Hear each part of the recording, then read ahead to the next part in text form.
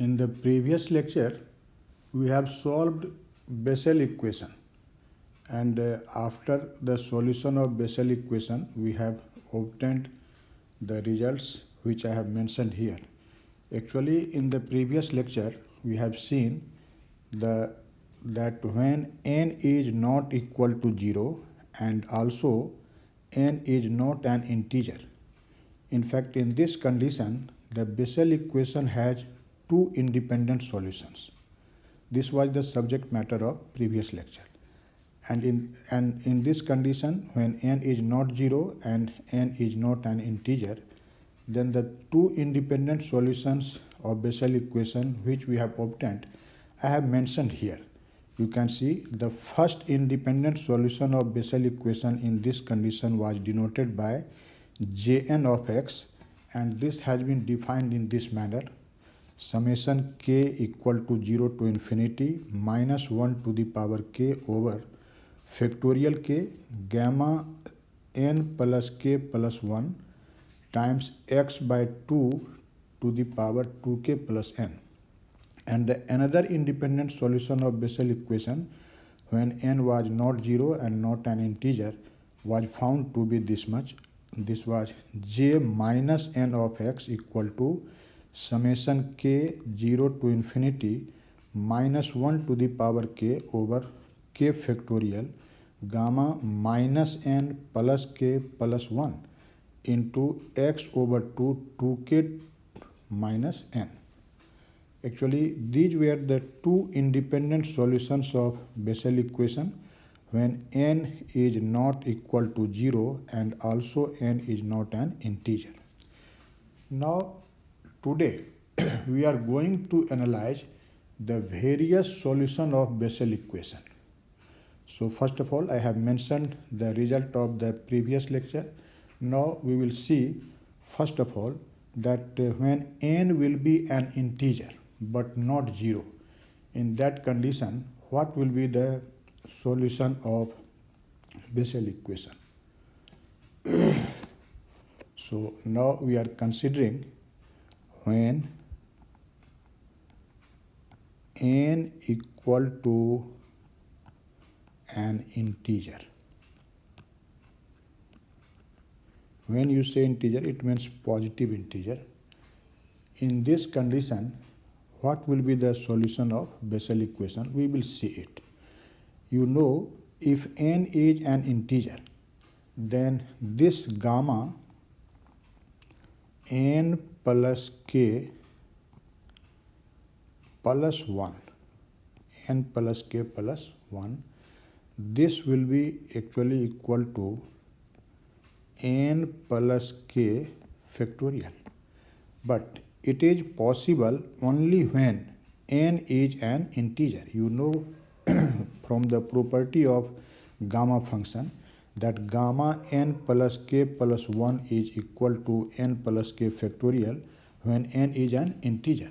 So if n is an integer, in this condition we may write the solution of Bessel equation in this manner.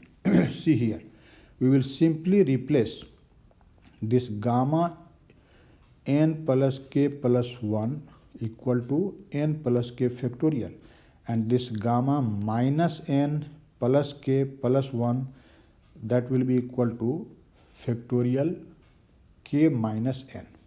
So when n is an integer, in fact in this condition the solutions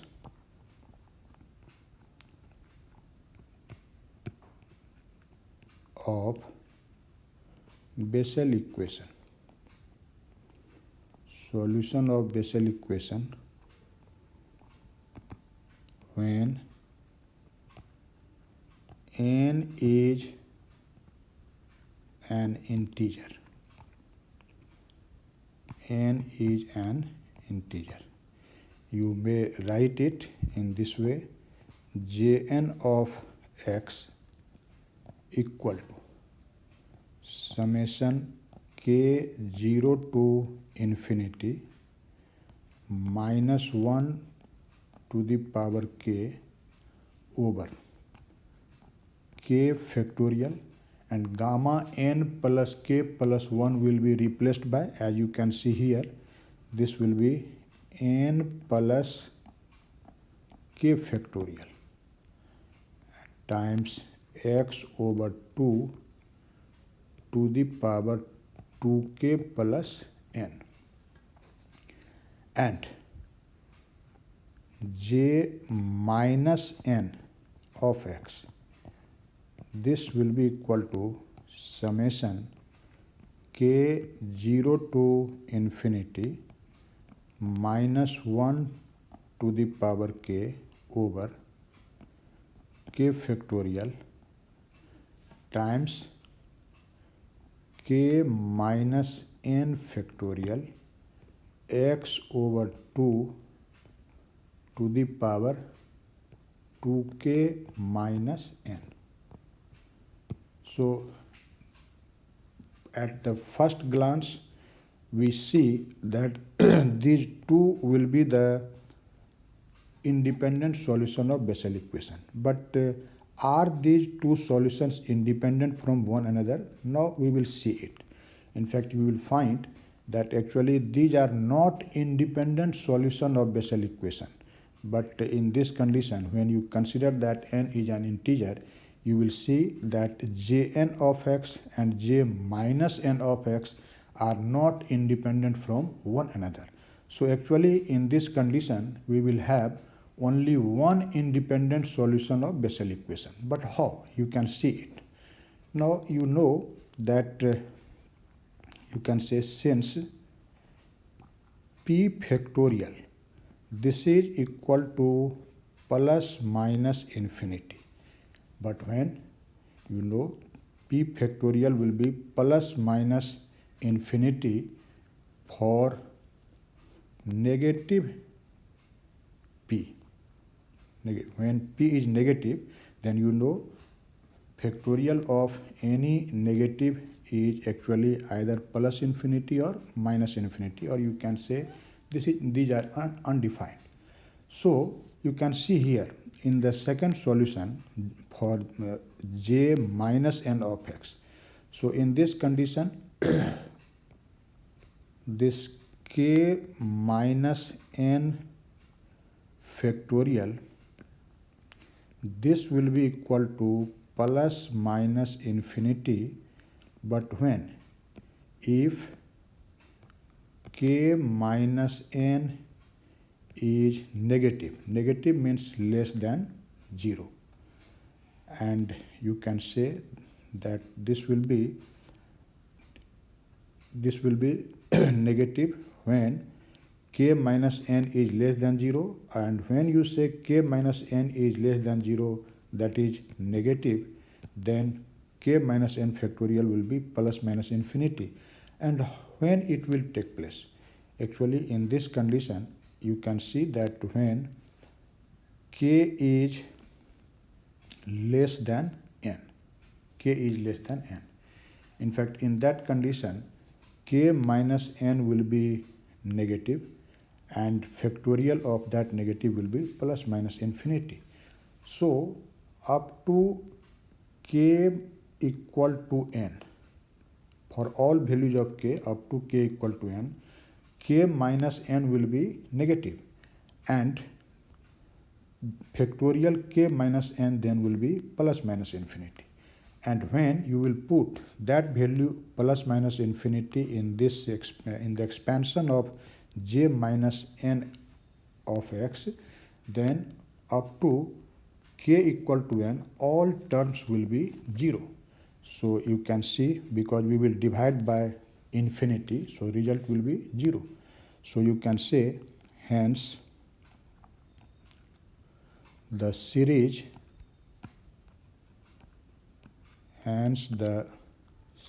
for j minus n of x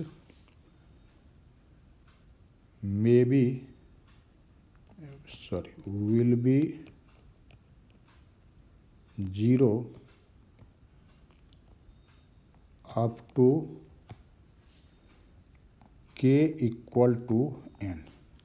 Series, or you may say all terms all terms for series Jn j minus n of x will be 0 up to k equal to n. So in this condition, the series for j minus n of x may be considered to start with k equal to n. So the series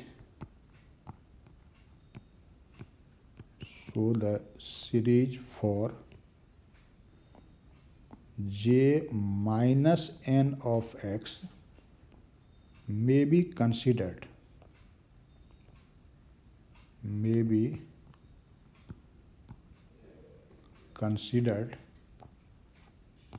to start with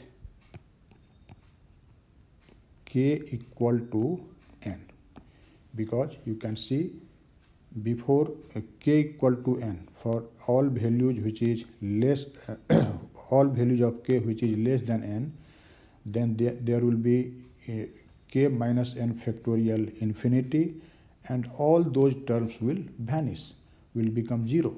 So you can consider that the series for j minus n of x will be started with k equal to n.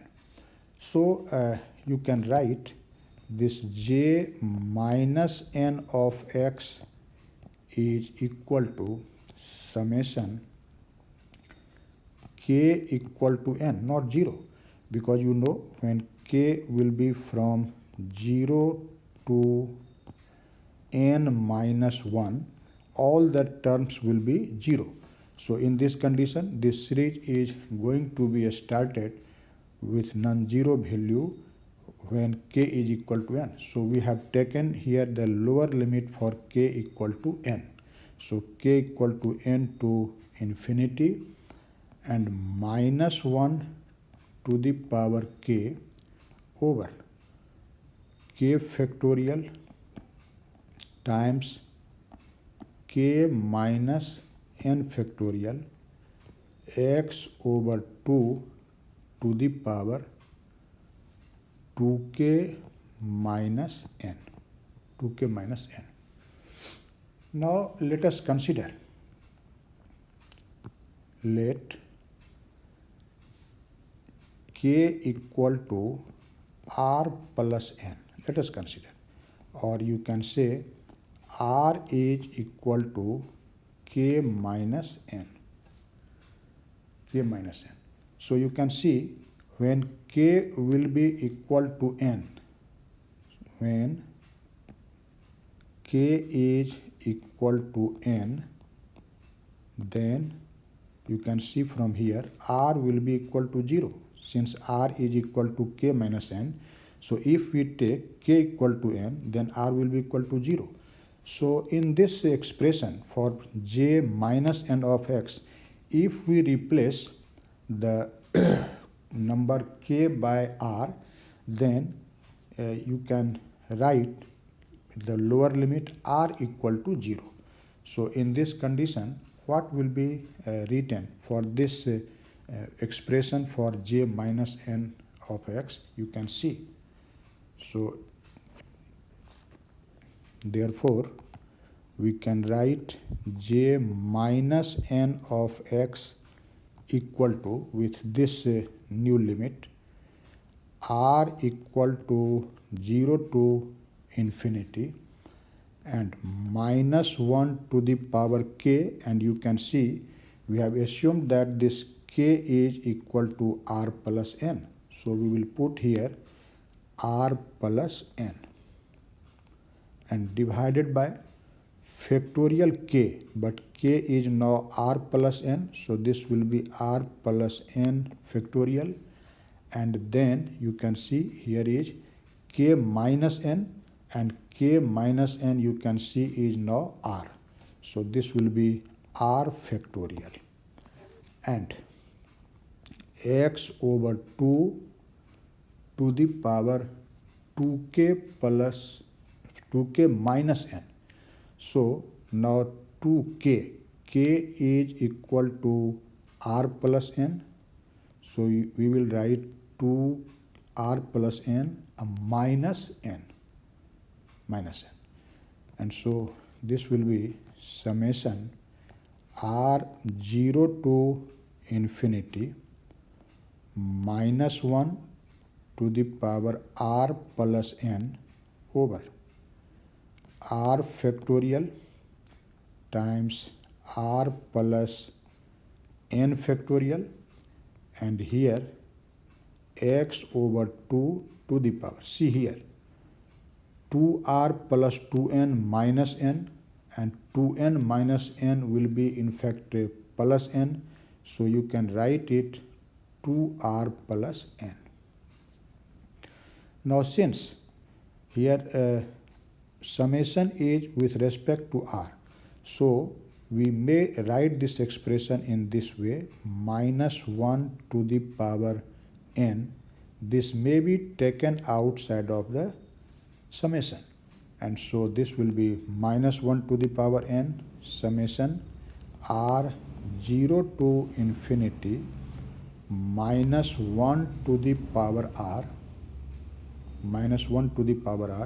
over r factorial times r plus n factorial into x over 2 to r plus n.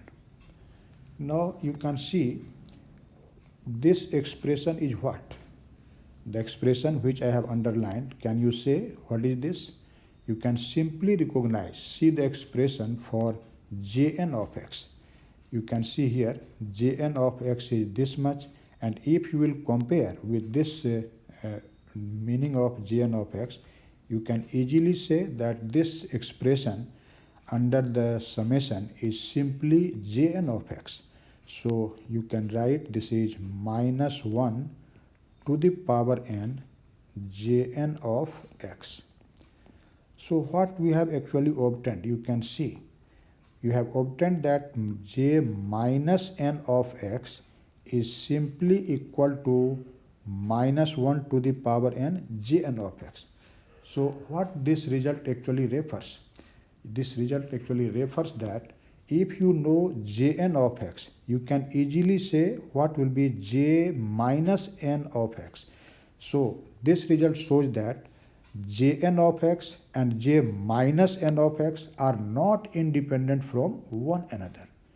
So this result implies Jn of x and j minus n of x are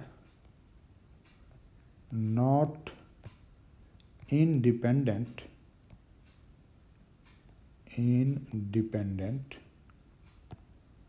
from one another.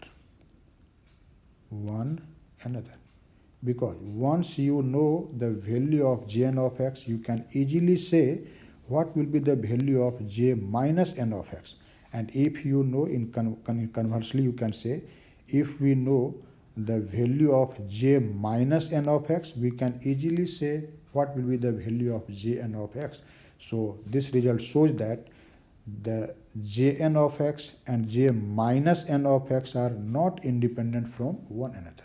So what we have seen in this discussion, you can easily say that when n is equal to an integer, in fact in this condition, the two solutions of Bessel equation are not independent from one another. And if they are not independent from one another, we can say that in this condition, Bessel equation has only one independent solution. So you can conclude that hence we have only one independent solution. Only one independent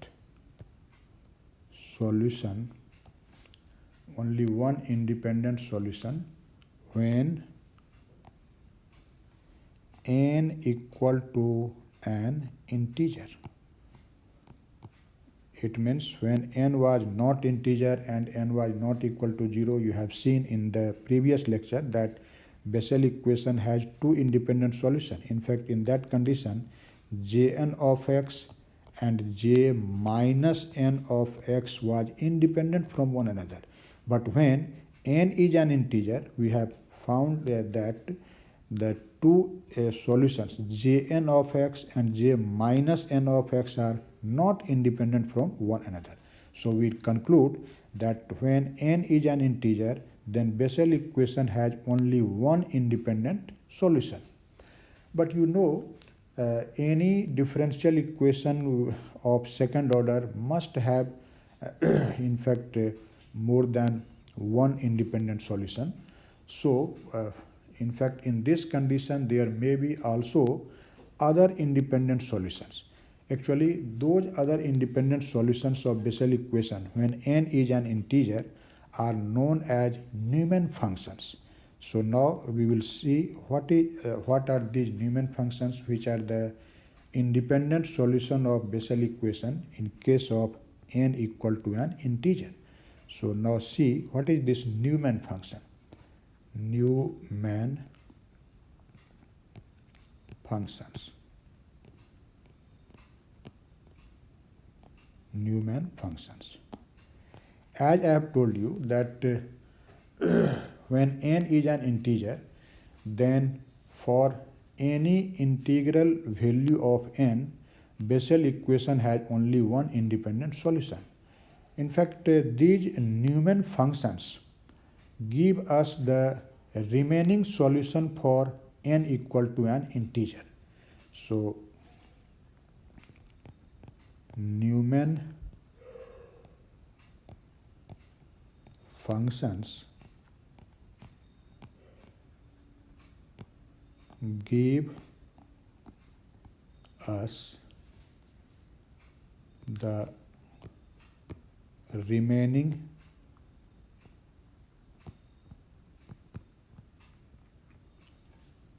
solutions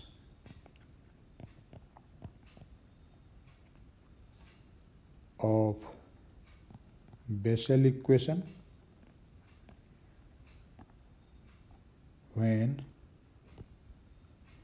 n equal to an integer. N equal to an integer. And now we will see how these Newman functions are defined. These are defined as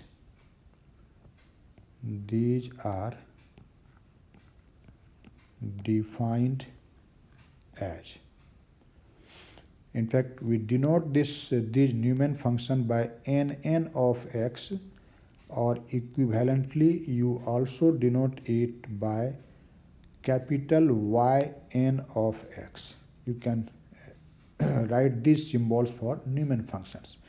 And in fact, these Newman functions are defined as in this way: Jn of x into cos n pi into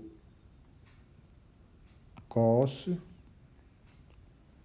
n pi minus j minus n of x over sin n pi.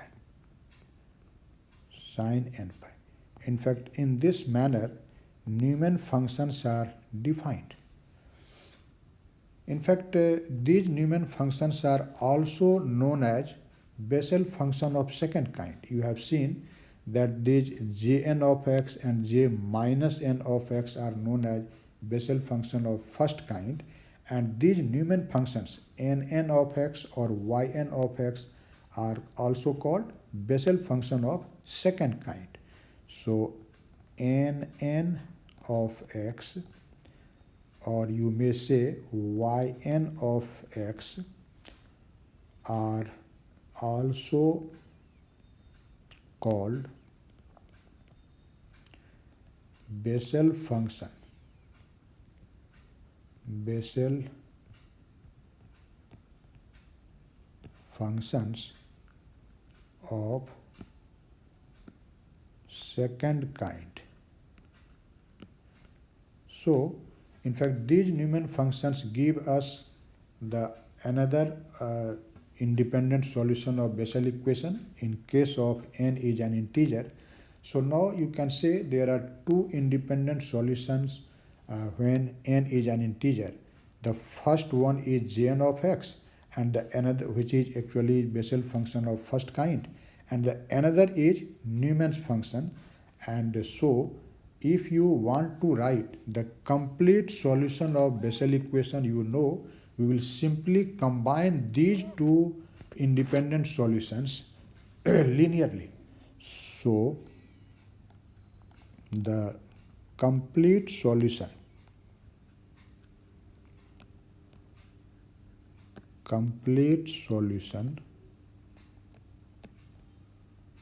of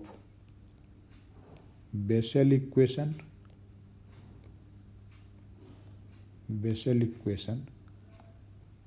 when n equal to an integer is given by the linear combination